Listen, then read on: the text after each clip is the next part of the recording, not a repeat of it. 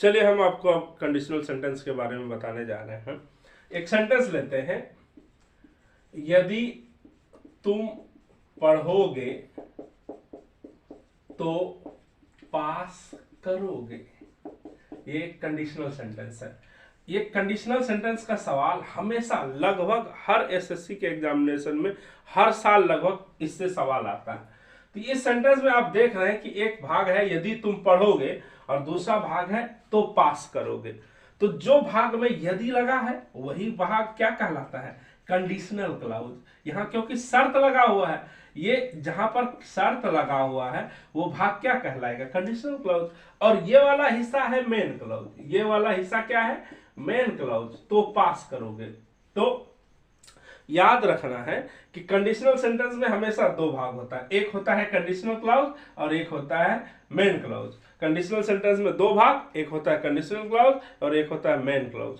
जो भाग conditional clause का हिस्सा होता है वो हमेशा, ये कंडीशनल क्लाउज हमेशा आपको कौन सा टेंस में लिखना है? सिंपल प्रेजेंट में, जिसको आप प्रेजेंट इंडेफिनिट भी कहते हैं, सिंपल प्रेजेंट में लिखना है। और जो भाग मेन क्लाउज होता है उसको हम लिखते हैं सिंपल फ्यूचर में। इसको हम किस टेंस में लिखते हैं?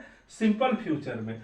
अगर यहां पर देखिए अब क्या लिखा हुआ है, यदि तुम पढ़ोगे तो पास करोगे। अगर आप इसका ट्रांसलेशन इस तरह से करते हैं, if you will read you will pass, तो क्या होगा? ये सेंटेंस बिल्कुल गलत हो जाएगा, क्योंकि जहां इफ लगा है तो ये भाग हो गया आपका कंडीशनल क्लाउज, और जो भाग कंडीशनल क्लाउज होगा वो हमेशा सिंपल प्रेजेंट टेंस में लिखा जाएगा। तो अगर आप यहां विल लिखते हैं तो ये गलत हो जाएगा, और यही विल लिख के आपको प्रॉब्लम पूछा जाता है। जो भाग कंडीशनल क्लाउज होगा वहां विल लगा के, यानी सिंपल फ्यूचर में आपको दे के प्रॉब्लम पूछेगा।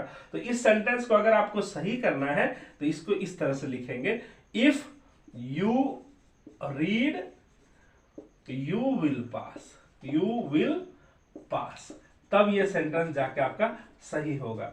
ठीक है, तो इसका एकदम ध्यान रखना है। एसएससी के लगभग हर एग्जामिनेशन में इससे, इस कंडीशनल क्लाउज से रिलेटेड एक सवाल पूछता रहता है, आता रहता है।